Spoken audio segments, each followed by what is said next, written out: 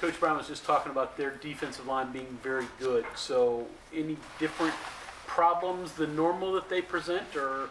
They're a little different up front because, first of all, I think their two defensive ends are two of the best in the league.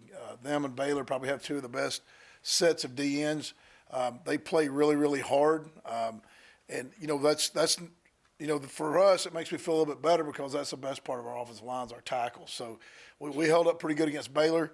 So it's a challenge. Those guys are both being seniors. They like challenges and they accept challenges, and I know they're going to work really hard and they're going to step up.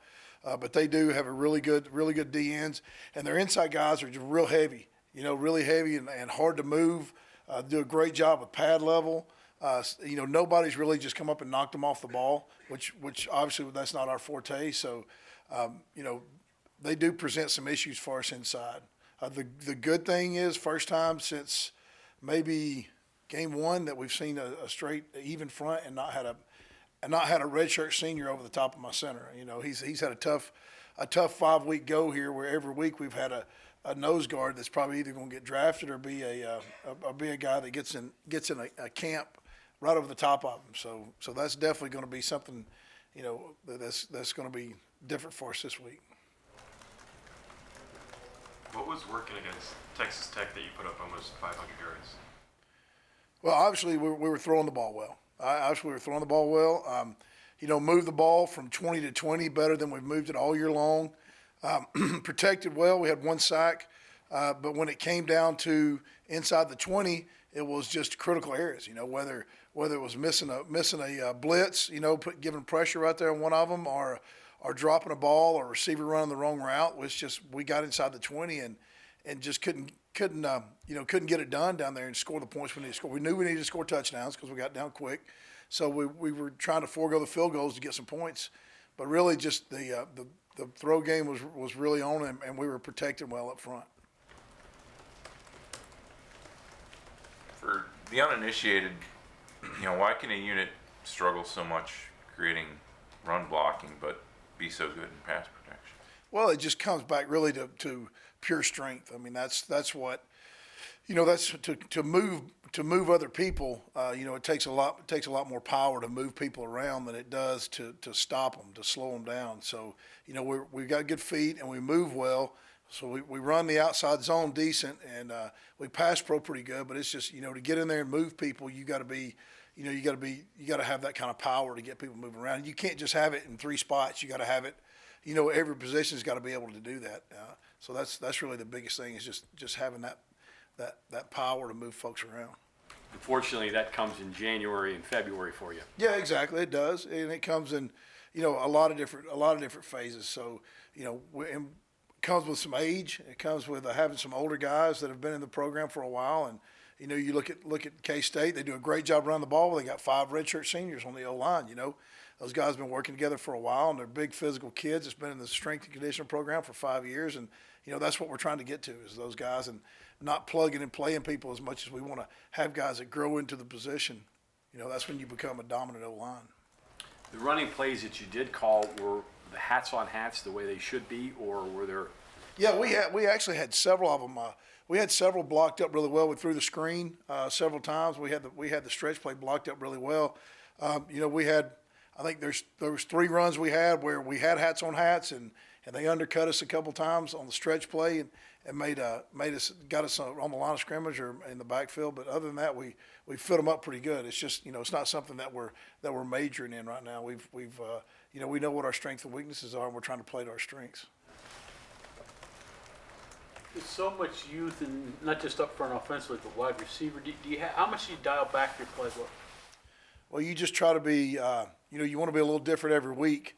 I don't think we can go out there and just run the same stuff and move the ball doing that. So you try to be different, but you try to just make sure that you get it done early and make sure you get it practiced on Tuesday, Wednesday, Thursday, and walk through on Friday, Saturday, and where they know they got confidence in what they're doing.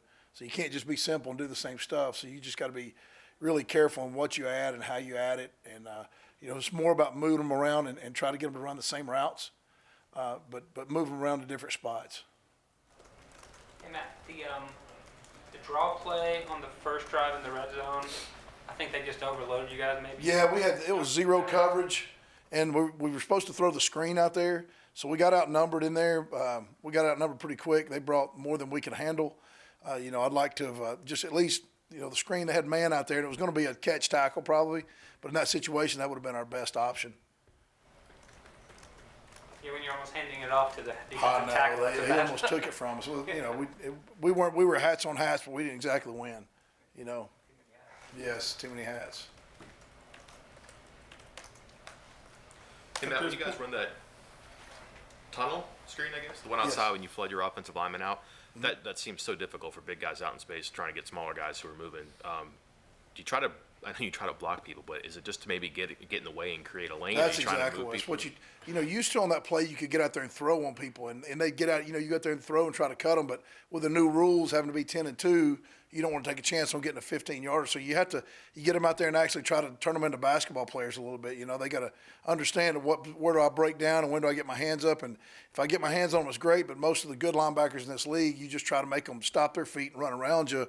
And then if you can get the receiver to get vertical after he catches it. We had that one fit up real well, and the nose guard just decided not to rush. That's always an issue when one of those guys decides not to rush and you're bringing the ball right back inside. So he was kind of a big body we had to avoid. So Sam ended up taking it flat. It's usually not a good play when it gets that flat all the way across the field with the linebacker speed and safety speed to catch you while you're running sideways.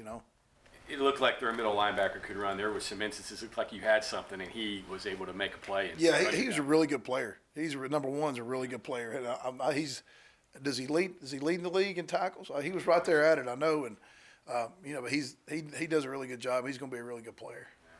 Matt, for sake of argument, I'll bring out my argumentative side. You say you like to change every week.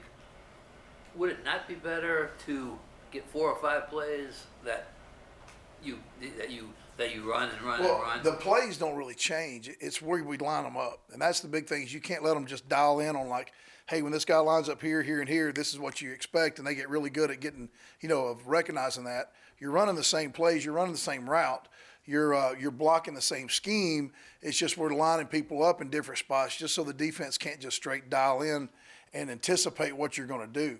So that's what we're trying to do. We're not really changing and having to teach everything new. We really try to stay away from that and have them doing the same thing over and over. It's just maybe, maybe you were the outside receiver before. Now you're going to line up inside. Maybe we did it out of trips. Now we're going to bunch it up. Maybe it was 2 back, and now we're going to do it out of 1 back. So you're just trying to keep them from defensively being able to say, hey, I know this formation. I know what they're going to do. So it's not really teaching new stuff. It's just teaching alignment. It's pretty easy to teach alignment. Teaching, James played, I think, right guard the whole game. Yes, he did. How did that sort of come about? I know you liked having right side guys and left side guys, so. Yeah, well, with Barrett down, I had to have another right side guy, and he was playing really well, and Mike was playing really well behind him. They were splitting reps the past several games, so I just moved Gamitter, to the right side and let Mike stay on the left, and Mike played really well. Mike had a really good game. Gamitter played not as good as he has been, but when you switch sides of the ball, it's a little tough, especially when you've been a defensive lineman your whole career. So that was the reason for that change. Are you optimistic about Chase being able? I know he warmed up. Yeah, I'm optimistic, but he just didn't feel 100%. Kind of like Chandler, I don't ever want to put a guy in. He was there for reserve. If we needed him, would have played him. He just didn't feel like he could give the team 100%, and I felt better about putting Gamitter over there if Chase wasn't going to be able to go 100%. But after a week of rest, I think he's going to be better this week. So we'll have a little different lineup. Hey Matt, what does the end season conditioning look for the guys you're trying to develop in the background? Are they doing more lifting? Are they more focused on getting bigger? And oh yeah, we have a developmental program, but those guys they're still they're doing off-season lifts. They lift a couple days a week in the morning, a couple days a week in the afternoon. So they're still 4 or 5 days a week. They're hitting it really hard. So these young guys, we had Monday Night Football last night, and it was it's always fun to watch those guys this time of year. They're getting a little bit better and getting a little bit better. So we're developing some younger guys, especially those 2 young tackles with Yates and Parker Moore. They're really starting to come along. So I'm looking forward to seeing those guys grow and add to what we have next year. Then the guys we can bring in mid-year, junior college, are going to be really big for us.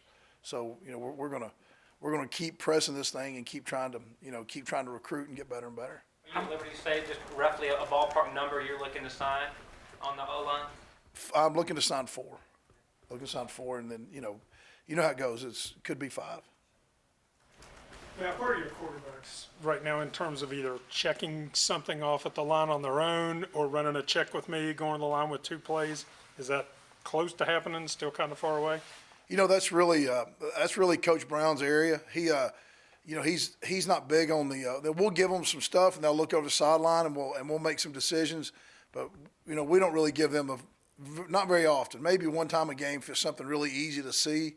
But we don't like to put that on those guys a whole lot. Okay, thanks, Coach. All right, appreciate it, guys.